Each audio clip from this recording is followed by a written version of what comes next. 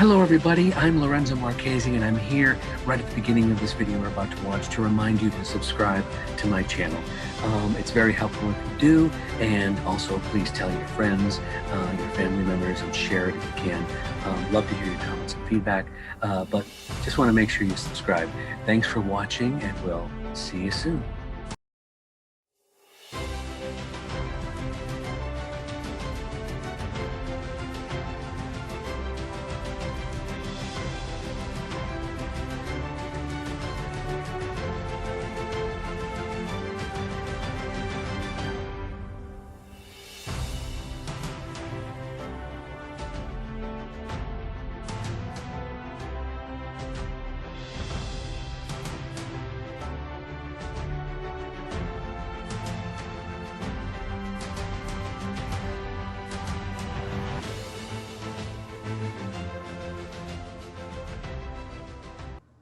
Hello everybody and welcome back to another episode of the Geek Authority Show. I'm your host, Lorenzo Marchessi, and this is the show where I get to interview all kinds of amazing and talented people, actors, writers, directors, producers, musicians, authors. Oh, there's so many, I forget all their titles. But today I have an extra special guest, and he does acting, he does writing, he does producing. He's all around your entertainment kind of person. His name is Ben Scuglia. He's also a fellow Italian. Got to say that right about. So high five, high five. Oh, wait, where are you? Okay, there we go. There we go. Thank you so much, Ben. Thank you for doing this. How are you? My pleasure. Thank you for being here. So you're Scuglia, and you're Marchesi. Marchesi. Italiano. I do like this. Yeah, and so I understand that you're Sicilian. Sì, Siciliano. Because my dad's family's from Calabria, so technically I'm supposed to spit on Sicilians. I just want you. It's a good thing where we'll be doing like this a lot. You don't spit on Sicilians. We have boots made of cement for you. Anyway, okay, we had fun. Hope you did too. Yeah. Thanks for watching. No, just kidding. Anyway, Ben, so let's see. You've done all this kind of entertainment work. So I always like to start at the beginning, way back, time machine thing. So are you a native Californian? Were you born here? I am not. I heard when I first moved to LA that when you're here for a year that you're considered a native. So I have been here. It took me a little longer, but okay.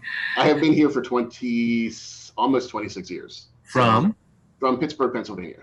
Pittsburgh. Wow. That's still in the Union? No, just kidding. Crazy world we live in. Anyway. So Pittsburgh, how long have you been out here? 20 years, you said? Almost 26 years, yeah.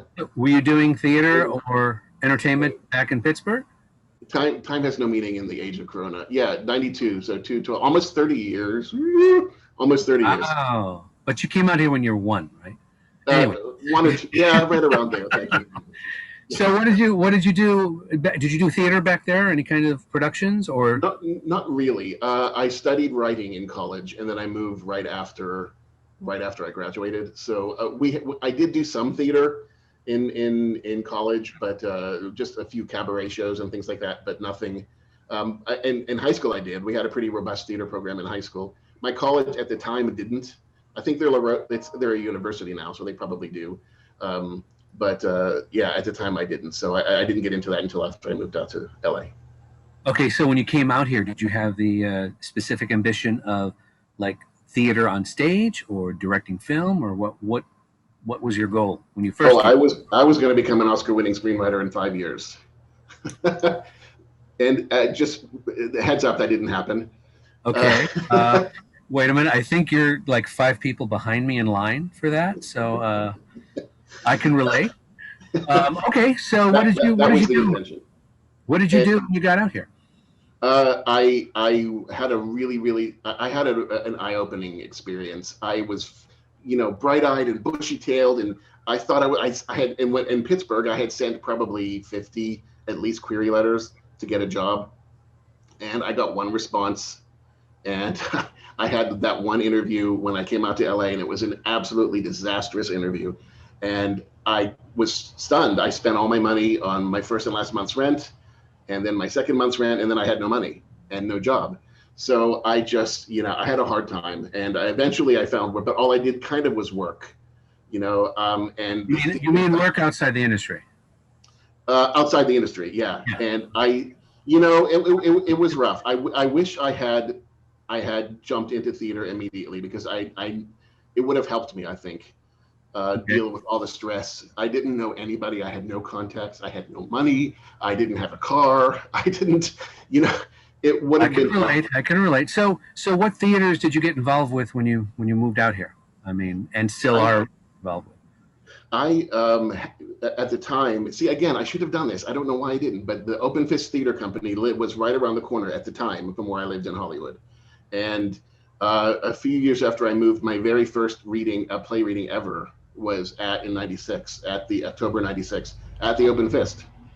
Okay. Where's And the Open Fest Theater? pardon me, the Open Fist Theater Company. Where is it? Now they are in Atwater Village. Okay. The village, there's like four theaters that are all arranged around a little plaza in Atwater Village. Right. So they went from Hollywood to Atwater Village. No, I think they went somewhere else, maybe, and then they ended up in. They're currently in Atwater. Okay. Um, The theater company in the metropolis of LA for those watching outside of LA. Outside of LA. And Um, what's kind of amazing is I ended up back at Open Fist maybe 3 years ago to do a theater production, to stage manager production, and the company owner Martha Dempson, the person who ran the I'm so nervous. I'm talking to Lorenzo. The um, the artistic director Martha remembered me. She remembered the play, so very it, cool. it's really one. And I've done 3 or 4 shows at Open Fist since then, and so it's a really lovely example of how theater in LA is a family. As a writer or actor or all of it or what? That was my first play reading as a playwright. No, very cool. And, 100 years later, I'm back as a stage manager, and I said, "Oh, by the way, I not like '96, like 20 plus years ago, I had a reading it," and she said, "Oh yeah, I remember that." How do you remember Okay. that? With everything that you have to do, Martha, you remembered that, but she did. So Well, that's a compliment to you and the I writing guess. and the work. So anyway, before we jump to Theater West, which you're currently involved with, Yes. you mentioned couple of other companies that I know, of course. You said you worked with Force of Nature, Force of Nature. and Yes. what have you done Sebastian. with them? Sebastian, I've Uh, interviewed Sebastian. Check out the interview. I've done yes, yeah. Please do check out the interview. I largely as a writer and actor. I did a little bit of stage managing, but largely writer and actor in the rushes. Okay, The rushes. I've So seen a that's when few. we have. Before this pandemic, I used to do all kinds of reviews, movies, Yeah, theater, and I had to reinvent myself. So here I am. there But you are.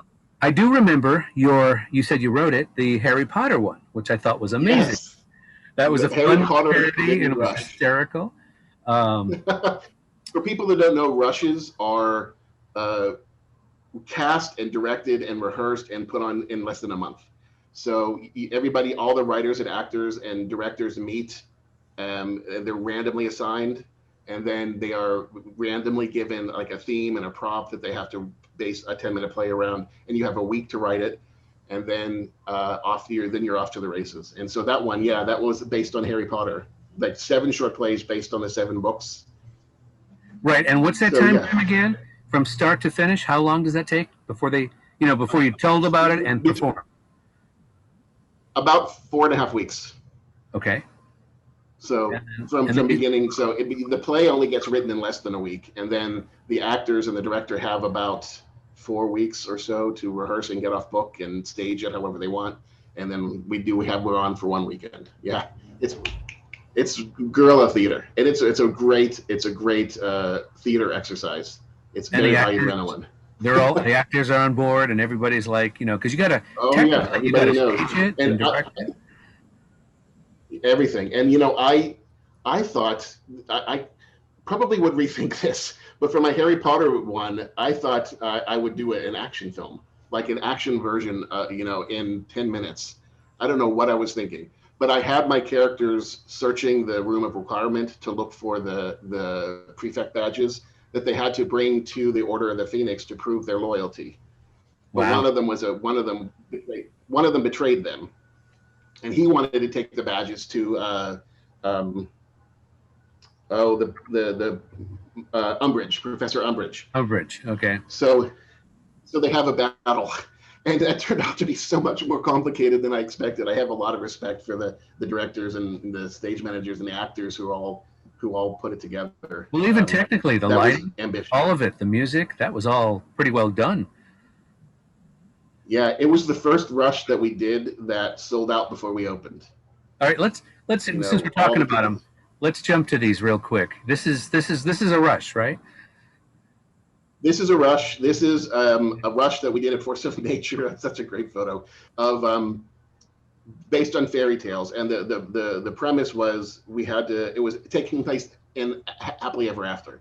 So the fairy tale I got was Cinderella, and Cinderella, the place that I was assigned was Death Valley. So the play is called Cinderella in Death Valley, and but so that was the one I did as a writer. This one was based on Beauty and the Beast. Oh, Where obviously I'm an actor in this one, and the Beauty and the Beast characters are arranging like a trade show for all of the Disney sidekicks, right? So we were all the Beauty and the Beast sidekicks, and everything that could go wrong does go wrong. And this so who is are you? very fun. Who are you in this picture? I was Cogsworth. Oh, really? I like the Yeah. tie. Thank you. I see. This is what I went to Christine Coverfaro, who is the Ovation nominated or winning, I think, costume designer for Unbound Productions. And I said, do you have a costume that I could play where I could look like I might be Cogsworth from Beauty and the Beast? It helps to have a really great costume designer as a friend. Absolutely. I love this. I think you said, what were you doing here? I was practicing taking selfies and with lighting. So please don't judge me for the lighting. And well, you know what? Blurry. I just thought of something. When you win your Oscar for writing, this is your T-shirt because this is like all those emotion T-shirts you see of the different. This is the T-shirt you start selling. You know what I was doing here is, you can't, when you're acting, you can't just act as you normally would. You have to be a little bit bigger, otherwise it looks flat. And right. So that's what I was practicing with. I was like trying to be sort of bigger for photos. Because I'm primarily a writer. I don't like being, photographed or whatever. I'm uncomfortable with it. So that's what. Okay, and there's the mask picture. Mask that was made for me by Tammy Taylor, who's a member of Theater West. Oh, really? Yeah. I appreciate that. There's Raditha. Yay. There's Raditha. This was the Harry Potter Force of Nature rush that we did. And Raditha wonderfully played one of the characters in it. Sorry, there's a truck going by. The whole piece was well written, and every cast member was just, you could tell they're Harry Potter fans because they're totally getting into that. We all were. I mean, Tasha Minato was one of the producers, and that was her idea. And she's a Harry Potter to the bone.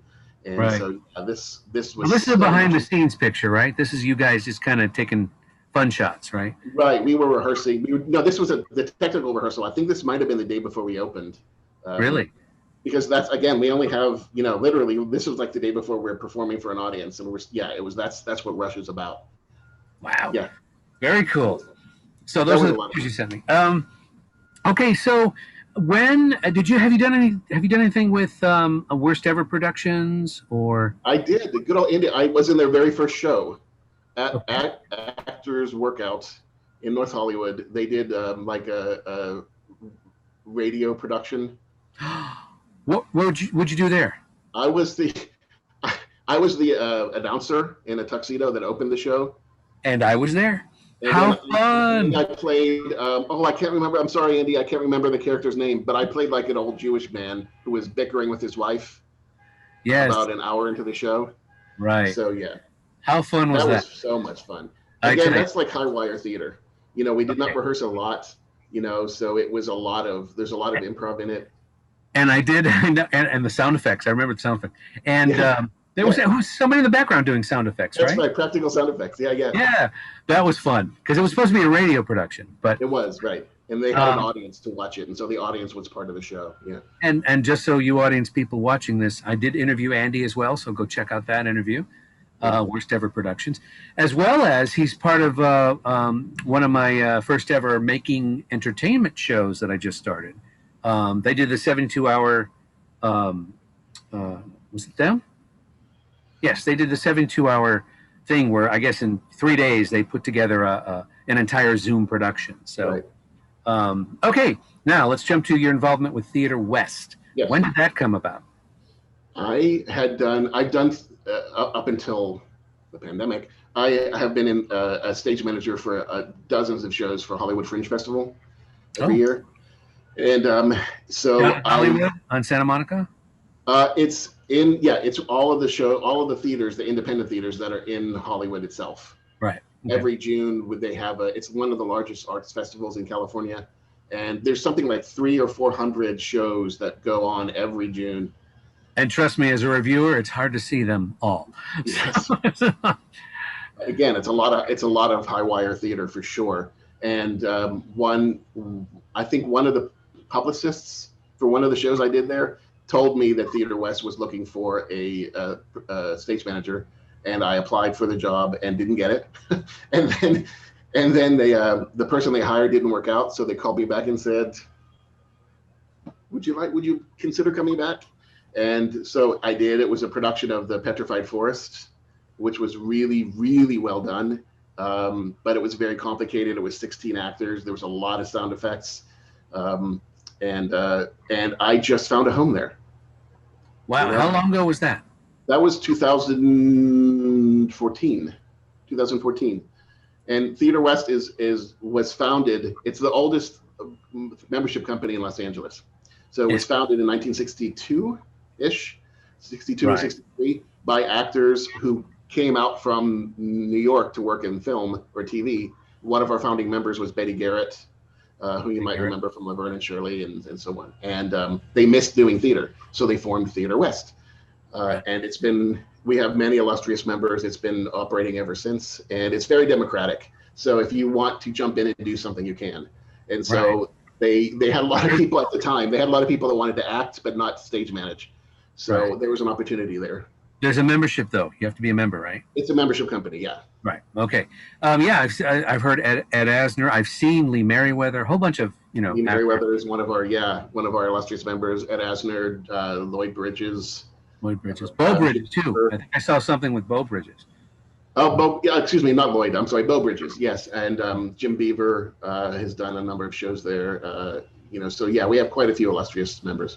So you came in from the technical side. Did you get involved with their writing workshops? I did. I did. After I finished Petrified Forest, I had some shows. My first plays ever were being produced at the next Hollywood Fringe.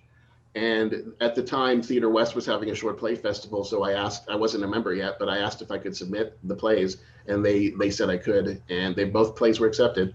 So I was able to get in as a member, as a writer member. I was originally what they call a technical member, which is somebody who doesn't pay dues, but they still participate. And that graduated me up to full member. So yeah, like I said, very democratic, and within a year, within not even a year, I had stage managed. I had been on stage in acting workshop. I had a couple of plays in a writing workshop. So yeah, I'm really, really grateful for Theater West being my theater home. Wow. Do you want to give any shout outs to some of your favorite people that you've worked with? Well, I had my first full-length play. So I've had a number of short plays produced, 10 or 15 short plays produced. But my first full-length play, called The Man Who Saved Everything, was produced at Theater West, and it was directed by Michael Van Duzer, who I think you know. Yep, he's one of my interviews coming up. And that was if we had an hour, like we've already been talking for a while, if we had another hour, I could tell you, it was a 4-year journey to get that play put together. And it fell apart twice, and each time it came back together, we had less money. And it was a very ambitious play, and Michael was with it through the whole time. The lead was David Mangrino, and Julia Silverman, who's a wonderful actor, and Alan Shack. And you might know her, Ashley Victoria Robinson. Do you know Ashley? She does a lot of comic book world podcasting. Okay, I don't know her. Sorry. She was in it, and Suzanne Collins and Jim Cox. So yeah, quite a good. But maybe you could introduce me to her, and I could talk to her. Yeah. Anybody want to throw my way, I'll take. Especially if they're the creative types. But In terms of the Theater West, have you seen their children's theater, the Storybook Theater? Storybook Theater, yes. We have Storybook Theater, which is an equity production. We're very proud of that. It's been running for over 35 years, and it was started by Lloyd and Barbara Mallory Schwartz. And again, it was every Saturday. We did some version of children's musical every Saturday, and two a year, and it's been running until the pandemic.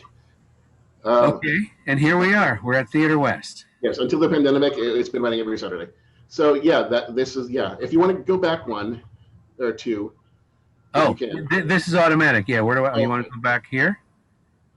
There's Bo Bridges that was acting. This was a Shakespeare night we did. I'm sorry, I don't know what play that is. That's a scene from the Petrified Forest. Oh, that one there. This one. That one, yes, that's Roger. Okay. Piano. That's written by Gary Kluger. That was A Thorn in the Family Paw. This was there's Jim Beaver. This one. There he is I was going to say in the cowboy hat, but so yeah, these are selections of shows that we've done over the years at Theater West. Yeah, you mentioned. Let me see if I can find them. The workshops. Is that something that are you part of, or? Yes, we are a workshop-based company primarily, and so we have acting, writing, Shakespeare, Betty Garrett musical comedy workshop, and the Marvin Cabell and Associates program. Those two are on hiatus because it's hard to do those when you're not in person. Right, because of the pandemic. I understand a lot of these are being done on Zoom now. Yeah, the acting, writing, and Shakespeare are all being done on Zoom. I'm very active in the writing and the Shakespeare workshops, and I'm curious. You came in from the technical side when you first say somebody says, okay, I want to learn stage managing or lighting or effects. I mean, does this Theater West, is there a workshop for that, or how do you do that? There isn't a workshop specifically for learning how to stage manage or lighting design or sound design, but there are so many talented technical people. It would not be hard to say, I'd like to learn how to be a stage manager. And we'd all get together. Like I said, all you need to do is go to the artistic board that runs the company and say, I want to have a Saturday afternoon workshop on lighting design. And if they approve it, then there you go. And anybody that wants to learn about lighting can show up. And it's a really, really, it's great opportunities. Oh, look at this! How to join technical members. Usually funded by a company, a family that works, and the board. Okay, yeah, it says contact the board. Yeah, so that's how I got in. Yeah, 6 or 7 years ago. That's the Petrified Forest. Anywhere else I should look at? You want us to look at? I would love to show you the poster for my play, The Man Who Saved Everything, but I don't know where to find it because we just. How about that? We can talk about this. We just remounted. We did this website, so I don't know where to find it.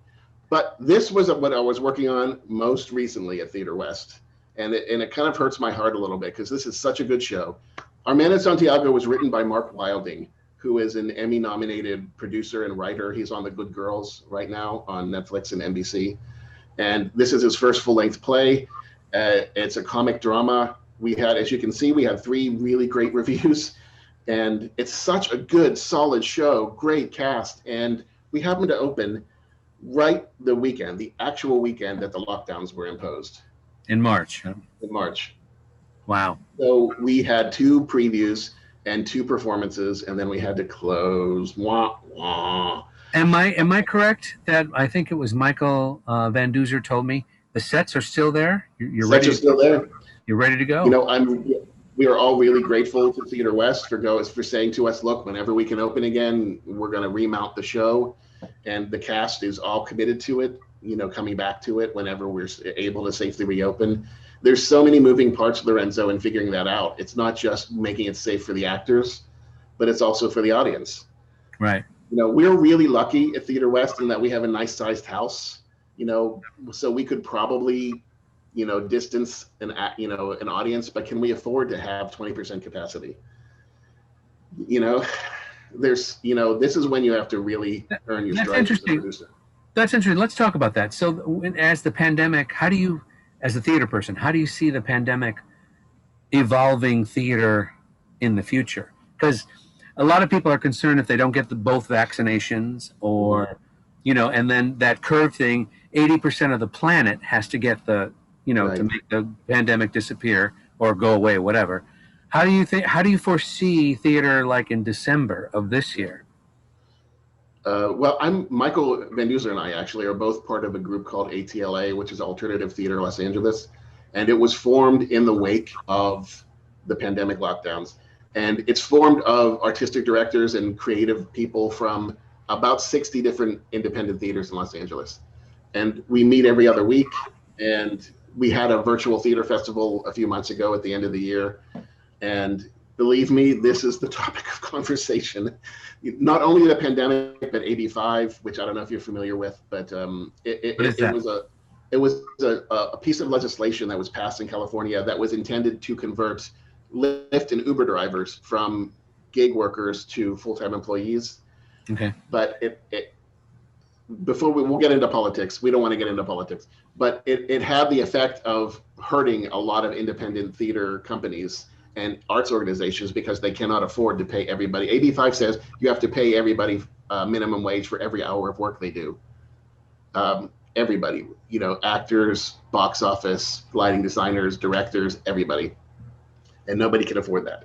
So it's the twin sort of existential crises facing independent theater in Los Angeles right now is AB5 and trying to figure out how to maneuver around that, and the pandemic. Uh, they're saying, we should be able to, by the end of the year, reopen for live performances indoors.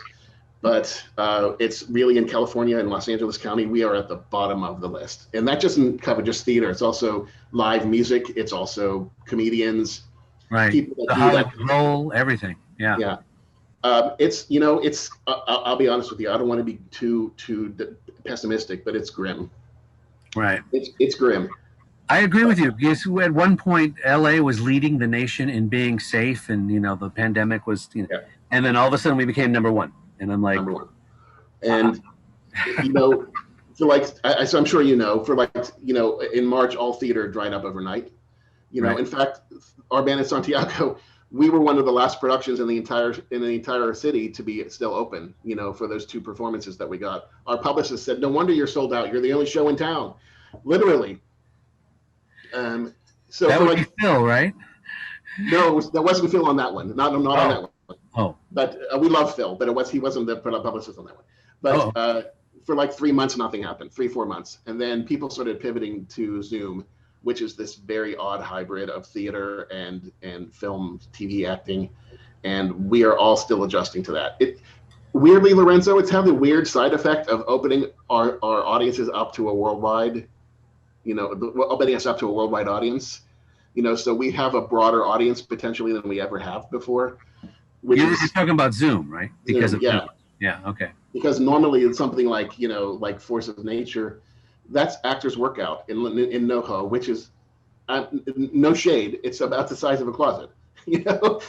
I think it has It's 40 people. yeah. I think it's called technically a black box theater. There's a bunch of Yeah, them around.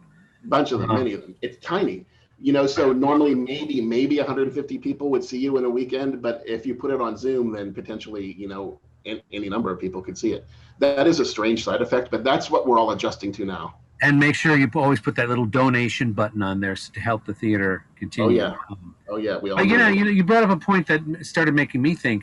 You know how some production companies, film and TV, are in production, but they're doing what they call the bubble, Yes, which is 2 weeks before you go into the bubble, you're tested, and if you can be vaccinated, get vaccinated.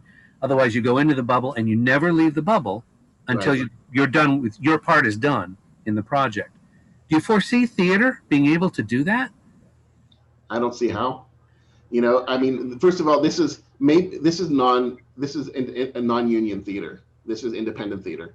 So equity theater, actors equity, perhaps because they're getting paid union wages, you might be able to ask everybody to, to quarantine themselves for 2 weeks. But they're all working actors, or they all have day jobs. They're all, if they're not actual working actors, they're all restaurant hosts. They all work in an office. They all do something. Right. And it's that eternal dilemma of trying to figure out how to balance the job that you need to do to pay your rent with your theater love. I don't see how. Maybe if it was very small, if it was like a solo show, you could probably do that, I Yeah, think. Whitefire Theater in Studio City does that. Yeah. They do solo shows on stage, and it's just a camera and the actor and the sets and all that. And they've been pretty good with but it's all online. It's all on Zoom. So, Right. but then Wait, let's flip to the audience. How do you? I mean, you could do groups of family or friends, but you made a point about can you sell enough tickets to make it worth the while? we're very lucky at Theater West in that we've been around since the early '60s, so we have a very, very loyal audience base. We don't have a season per se where you buy season tickets. Right. We tend to sell tickets by the show, but we have a very loyal audience. Right. So they will come. Yes, I've seen many of them. We're really grateful for that. But can we afford to? We're doing theater very cheaply. Very cheaply, and our shows look wonderful, and it's a testament to the designers and the directors and the actors that we have. And let me tell you, it's a special. I don't know. I don't think I've mentioned this to any of my Theater West guests that I've interviewed here. But one of the things that I love about going to especially the premieres, the openings, you guys do a lights and photo kind of display. You usually have finger foods, things like that. It's Red really carpet, yeah. Yeah, it's a gala event that you don't get that anymore. We're talking, it's minimized. It's not like the Hollywood, what do they call those lights that Yeah. spin the skies, whatever those are. Spotlights, yeah. Spotlights, yeah. It's intimate, it's fun, and it's always a memorable experience. Plus, the cast comes out, you get to talk and meet with them and stuff. Yeah, and so. we love that. We love that. I mean, we for El Man in Santiago, we had great food from Porto's. Porto's. Yes. Wow. If you're not in Los Angeles, Porto's is probably the best restaurant in Los Angeles. Potato balls? Did you guys have those? We had tons of the potato balls. Oh. Great desserts. Where was I? We had a guitarist that was playing, music for the audience, and we had really, really great party and to celebrate all this work. And we're all really disappointed in that we can't do it that way, for a little while. We just, as we've all been saying, I don't know. That's Right. the answer. I don't know. Like when LA County allows us to open sometime this year, maybe later this year, maybe we have to decide. What are your personal reservations, though? Are you concerned that when it does open, wouldn't you be concerned about that one audience member that might be a carrier or cast member who didn't do 14 days or get the test? Right. That's it, Lorenzo. It's like every time the show opens, the show's underway. Whether it's 30 people in the audience, however many people, every time somebody sneezes, the show's going to stop. Right? Every time somebody coughs, the actors are going to be, and the audience members are going to be thinking, "Uh-oh, is that person right? Because it's dusty in here, or is it because, yeah, unless you give everybody hazmat suits when they walk in, it's like. Believe me, the weekend we closed, the place reeked of bleach. Everybody had gloves. We weren't masking yet. It was very early. Right. And it was very early, so we weren't masking yet, but everybody had gloves. Everything was wiped down. Everybody had dry skin and hands because we were just alcohol. Yeah. Okay. Well, let me take you back here. You wanted to show I believe this is your Instagram. No, this is Twitter. There I am. Oh, Twitter. Yeah, right. Sorry. I said the I word. Anyway. So what are we looking at here? This is actually this banner photo. That's the set for The Man Who Saved Everything, and we were nominated for 6 Valley Theater Awards, including this set was designed by Evan Bartoletti, who was nominated, and the beautiful lights were Yancey Dunham, who was nominated, and the sound Austin Kwan won. He actually won Best Sound Design from the Valley Theater Awards for the show. The show's about a man who's a hoarder. As you can see. So it's just such a beautiful photo. I'm so proud of that. I'm never going to change it. Okay. And I told you I don't like being photographed. So I'm like, you're missing your head. There's a stage manager. I was stage managing a show. Okay. Any other photos that I should look at here? Or I just, you scrolled down. I was going to say something. I wasn't going to say anything, but I'm also part Irish, I have to say. So I retweeted somebody who was expressing their love for Guinness. Guinness. I don't drink anymore. I quit drinking except for Guinness. Okay. Well, cool. All right. I tell you, let's delve into a little deeper, since Okay. you do like theater. I do. And I always ask people to kind of throw out, just to get an idea of what you like. Would you say, do you like musical theater as well? I do. Do you have a favorite musical? I do like musical theater, but I will tell you, I'm a fan of musical theater. All of my choices, my favorites would probably be cliches. But I studied, one of my closest friends and my mentor and is Michael Kearns, who is an actor and director and LA theater legend. He was the first openly HIV positive actor in Hollywood. He came out as openly HIV positive to Mary Hart on Entertainment Tonight, like 30 years ago. He's an activist, a theater activist. And I studied with him in the late 90s. That's when I met him, and it completely changed my life. So I like theater that gets under your skin a little bit. I like theater that's a little, edgy, that makes you want to think. And Are you leaning toward your favorite musical? What are you thinking of? You have a look. No, I'm wondering. You got this nice little build-up. I'm waiting to hear what that musical is. Oh, no. So I do enjoy musical theater, but Okay. My favorite kind of theater, my favorite genre sort of theater is theater that's a little more edgy, a little political, that gets under your skin, that makes you think a little bit, that makes people get up and walk out. I like that kind of theater. Okay. But I just don't know, Lorenzo, when theater comes back, if that's the kind of mood people are going to be in. Right. Are they going to want theater are they going to want to just go and laugh and sigh and cry and, for some musical comedy and just go home happy? Or are they going to be like, no, kill the rich. Let me see a show about, what are they going to be in the mood for? Okay. I don't know, but that's my favorite kind of theater. Right. So first thing on the top of your head, favorite musical? I put me on the spot. You know what? I love Les Mis. Okay. The last time I was on an airplane, which feels like forever ago now. I found Les Mis on one of the channels you could listen to, and I thought, boy, this show's a bummer. You think? Did you see the movie? Was it the movie version or the stage version? No, it was a soundtrack, the cast soundtrack of the stage, and because I was so into it when I was in high school and when it first came out. And I thought, boy, what kind of mood was I in when I was a teenager that I loved it? I still do. I still love every single corner of that show. Yeah. So you're not like a Hairspray, Grease, West Side Story kind of guy? Oh yeah. I mean, yeah. Hairspray's wonderful. Grease is wonderful. Yeah. I mean, I like that. You Can't Stop the Beat is a song that I sometimes play when I'm working out, just because it gets your blood pumping. Absolutely. How about your favorite comedy? Favorite comedy, I'm a member of the Shakespeare Workshop at Theater West, and we have spin-offs now.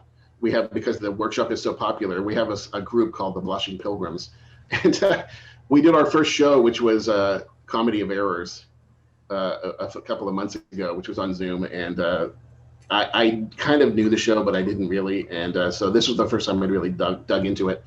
And they just did a deep dive into Midsummer Night's Dream.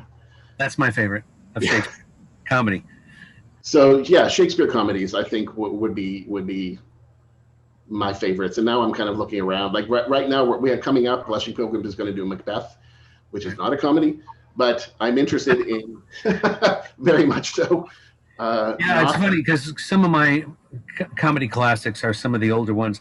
Like I love anything by Neil Simon, but more particularly The Goodbye Girl. I loved a play called Noises Off. I don't know if you've ever seen that. Oh yeah. So dynamic in terms of the huge ensemble cast, very defined characters. But how about drama? Because you mentioned earlier about things that kind of make you, grab at you. And one of my favorite dramas is 12 Angry Men, Oh which yeah. Yeah. really pokes the finger at racism and all that. So, And actually, again, pre-pandemic, which feels like a century ago, what we did a fundraiser at Theater West where it was a reading of not off book of 12 Angry Men, but all the jurors were played by lawyers.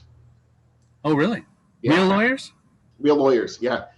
So How did they like that? they loved it. They were good. I mean, they weren't all like, they weren't all ready to go win an Oscar, but they were all, and they were mostly reading from scripts, because it wasn't supposed to be a full production. Did they It's a reading. did they criticize the dialogue because of the lawyerese or whatever they call that?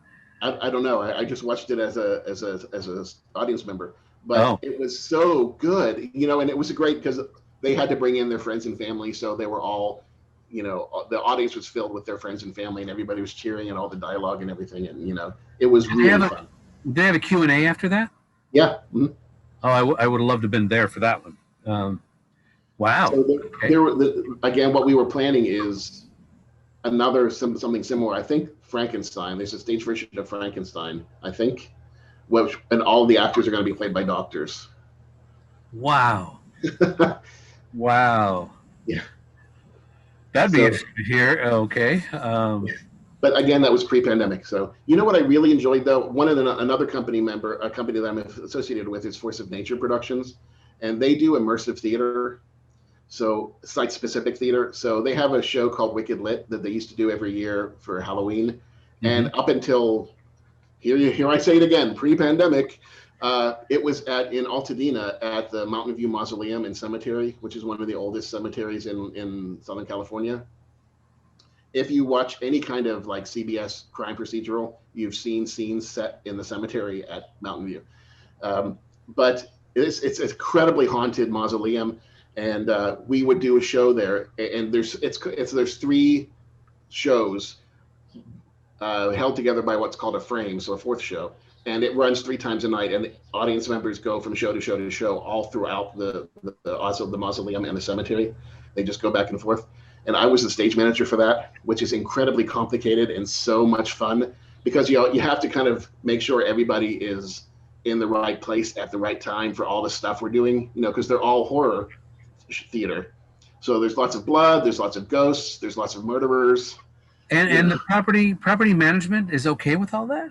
Oh yeah, oh yeah. They rent the place for like 3 months, and we Oh, rehearse okay. there.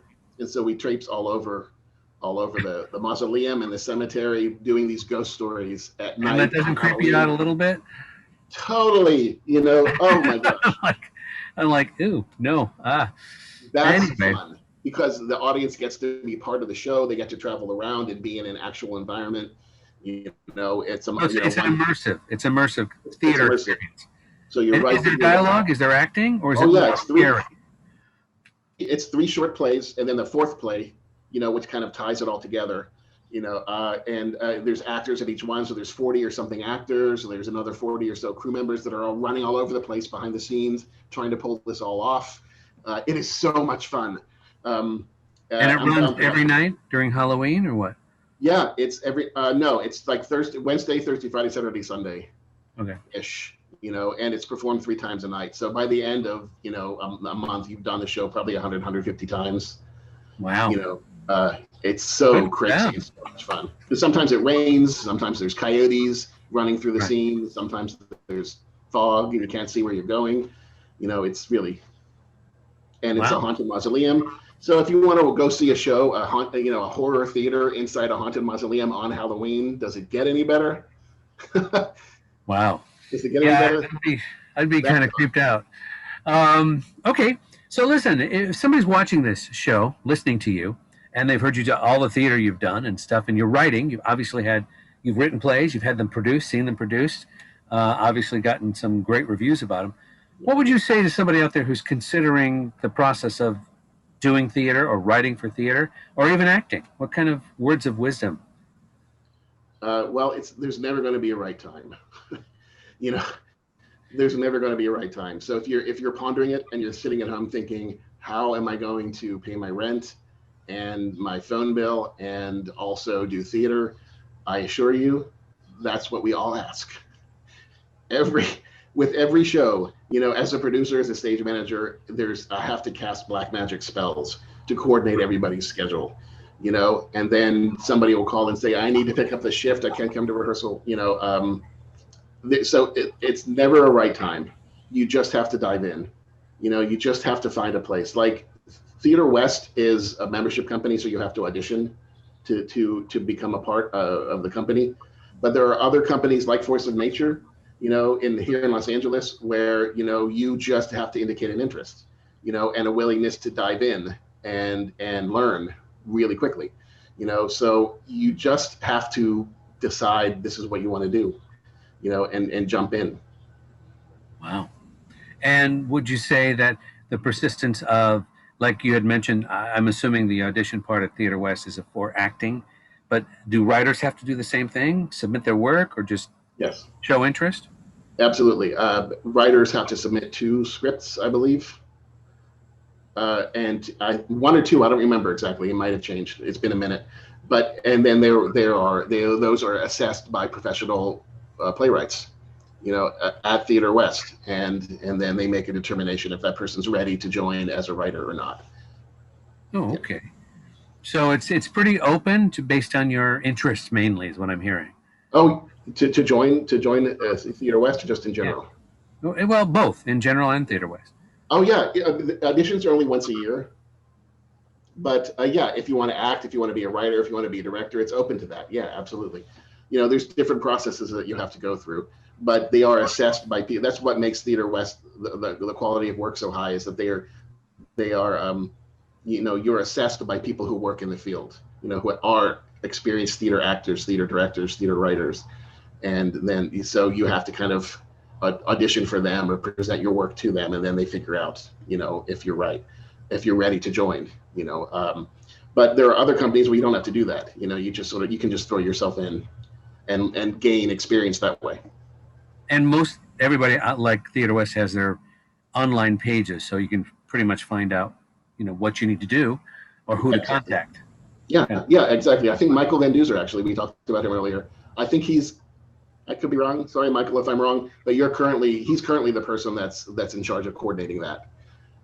Oh, new member auditions. New members. Okay, very cool. But yeah, otherwise, yeah, it's just you have to look around. If you're not in Los Angeles, just look around and see what theater companies are in your area, and just inquire about whether they're, how you can audition, or maybe they have an acting class you can go and audit. People are always afraid to go to an acting class if they've never acted before, or they acted in high school but they haven't since. And you can always audit. Okay. You can always go, and most acting teachers will let you sit in on a class or two just to get a feel for it. Okay, is auditing pretty much open to anybody, or do you have to do anything for that? I think it depends on the acting teacher, but you can say, I'd like to audit a class, is that available? And the teacher will tell you what night you can come and observe the class. Right, and the auditing, can you do, because everything's on Zoom, it sounds like on Theater West. Yeah, right. Can you, is that is that a word? Auditable? Is that a word? So, probably, I would imagine it is. You can always tell the acting teacher you don't want to do anything, you just want to observe, and they'll tell you if that's acceptable or not. They might say, no, if you're going to audit, you have to try something, you have to do something, but maybe you could take an improv class, maybe you could do something that's a little, there's all kinds of things that you can sort of use to get your feet wet, if that's what you're looking to do. Right. Okay. And everything's on Zoom now, so I'm sure yes. I'm sure yes. At least probably through the rest of the year, it's going to be, Zoom's going to be theater home for now. And probably longer. I think theater, ongoing, you asked earlier, what's theater going to look like by Christmas this year? Probably some version of both. Probably some version of maybe only 50 people, 30 people can buy an actual ticket, and the rest will just have to watch it on Zoom, I guess. Yeah, and I may be a little bit pessimistic, but the other thing that I'm thinking of too is, we've just heard that the LA county's run out of vaccines, so yes, that's going to push everything back. And I'm like, I don't know if we'll be open by Christmas, And then again, there's me. Do I want to go out and review theater, knowing, not everyone's, whatever, getting the shots and the whole. And there's all the variants going along, the COVID variants that are cropped Two up. more. Yeah, two more. It's like I don't know, man. I don't know. I think probably it's going to be online Zoom for the foreseeable future. If we're allowed to reopen, it will be a very small in-person audience. And you have to decide, Lorenzo, because you work for yourself. So is it worth quarantining for 2 weeks to go review a show? Right. Without a hazmat suit. So without a hazmat suit. Yeah. Wow. I tell you what. So, Ben, so is there any other things you want to share with us that we should know about you? It's worth it. It's worth all the hassle. It's hard. It's hard to try to balance a full-time job and your theater work. Especially if this is non-union theater work. It's hard. You're always on the hustle. Wow. But I think it's worth it. It's worth it. We are all starving for an audience. It's so strange to do a comedy and there's nobody laughing. There's nobody. It's no strange. Audience. It is so strange, Lorenzo, and no I'm not audience. used to it. And for those who don't know, who've never done theater, a lot of people do film or TV or independent stuff. One of the things that theater enlightens you about is when something works or doesn't, because you have a live audience and it's supposed to be funny, or the punchline comes, or something's supposed to make an emotional tear or whatever. Right away if you're hitting your mark. And theater is a good gauge of are you doing your job as an actor? Whereas film and TV, you've got a director saying more, less, whatever. But theaters, you get it right there, and if it's funny.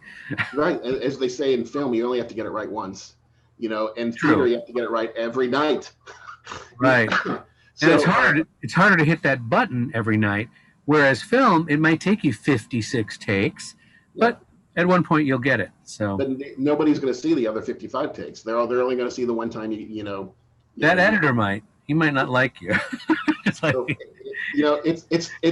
addictive to have that. Whether you're a playwright like me or a stage manager or an actor on stage, it is so addictive to have that audience feedback. Sometimes they don't respond, and you're backstage thinking, "Was I terrible? Are they in a bad mood?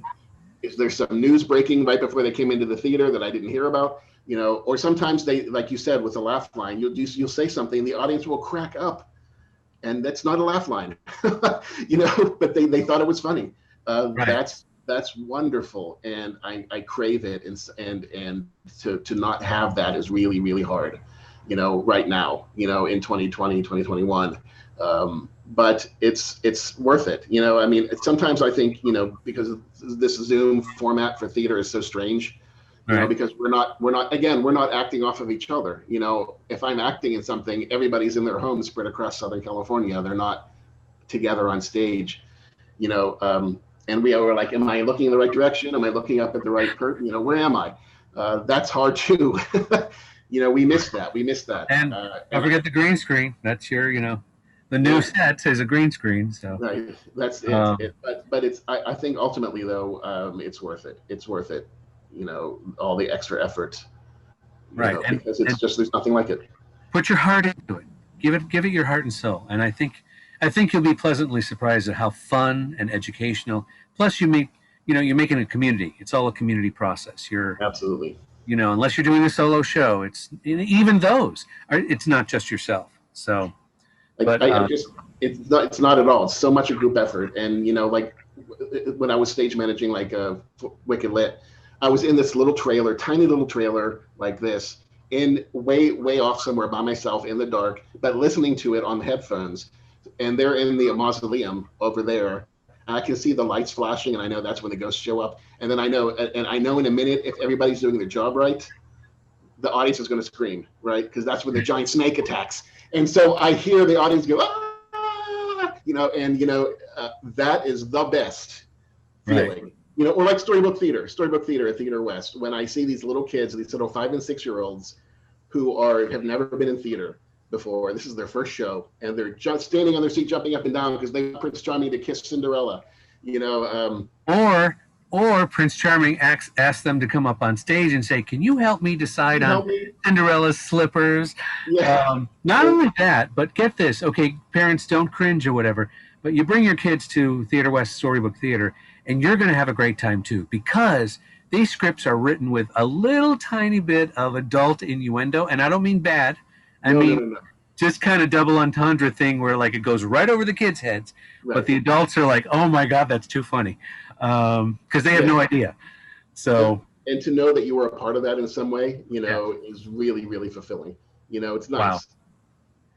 wow, I like this, Ben. You have been an amazing source of information, and let me tell you, unless there's something else you want to add, let me know. No, Okay, no, just I wish I could tell all your audience that we have a show opening next month at this. Come see us, buy tickets. That's usually what I'm doing. I'm usually the producer going, hey, go to this theaterwest.org. Blah blah blah blah blah. I can't do any of that, right. unfortunately. But But for my audience, we are going to get together with a group of one of your productions, right? Soon. very soon, yes. Depending on Okay. when, if you're watching this live, you will be seeing it soon. If you're watching this in the future, then it will have already happened. But yeah, we're going to It's get called together. Making Entertainment, and Ben will be part of it, so you want to look for that. So The cast and crew of Alman Santiago at Theater West is getting together to celebrate the year anniversary of our opening and closing on the same weekend. So absolutely, yeah, that'll be absolutely, fun. and don't forget to bring pictures. I want some more set pictures and things like that. Those are nice. Absolutely, it's a fantastic set. So okay, anyway, thank you, Ben. This has been so much fun. Totally educational and informative, and obviously you're a bright personality. Obviously you're talented, and you're getting your work out there. And unfortunately, that bug got in the way for everybody. Everybody. Um, Yeah. Well, thank you for having me. I've been a fan of you guys for a long time, you and Michael, and it's a pleasure to finally sit down and have some. Because usually you're across the room, you're doing your reviewer thing, so we don't have a chance to really talk. But right. I appreciate it, spending some time. Oh, you're welcome. I like I said, I want to be there too. I want to do what I used to do, and same as you. So, but anyway, folks, if you haven't yet, please, there's somewhere up here. I don't know, probably on your box somewhere. You want to subscribe to this channel? That would be great. It's very helpful. Also, don't forget to ring the little bell. That's the thing that lets you know when I drop something, and you can watch it whenever you have time. It'll just give you a quick link for it. But real quick, I have 5 other shows. The TGA's Mysterious Chamber of Collectibles, where I actually collect things, since I was a child, and I pull them out and show you what I've been collecting for years. I have the Unboxing the Geek Authority, where I actually open up new product sent to me. You see it, I see it for the first time. We get to play with it on camera. As well as my TGA's Reviews, Opinions, and Commentary. That's a show where I basically talk about different things that I like, dislike, in terms of entertainment or more outside of that. Then there's one of my favorite shows called TGA's Talk About, where I get together with family and friends and we talk about different kinds of, again, things that we like, TV shows. We did a show on Cobra Kai, the new TV series on Netflix. We did a retrospective show on Space 1999, Martin Landau, Barbara Bain. That was fun. But the best Talk About show, I believe, was what's supposed to be 1 episode, ended up being 3. It was about the discussion of Disneyland and California Adventure closing. Very emotional. That's why I took 3 parts. You never know you miss something until it's gone. Right. And then, of course, there's my my brand new show called Making Entertainment, which we just talked about, where we get to see people like Ben and his companies and his crews, and we talk about a project that is forthcoming, be it on stage or Zoom or wherever, and you get to hear the behind the scenes, what the process is, which I think is fun. Anyway, Ben, did I say thank you? Thank you, thank you, thank you. Yes, yes, thank you. It's such a pleasure. This was great fun for me. Hopefully the audience will repeat this and watch this, and everybody who's thinking about the industry, I hope you've pushed them to give it a shot. Give it a shot. It's worth it. It is. But anyway, thanks everybody for watching, and let's say goodbye for now. Thank you. See you next time.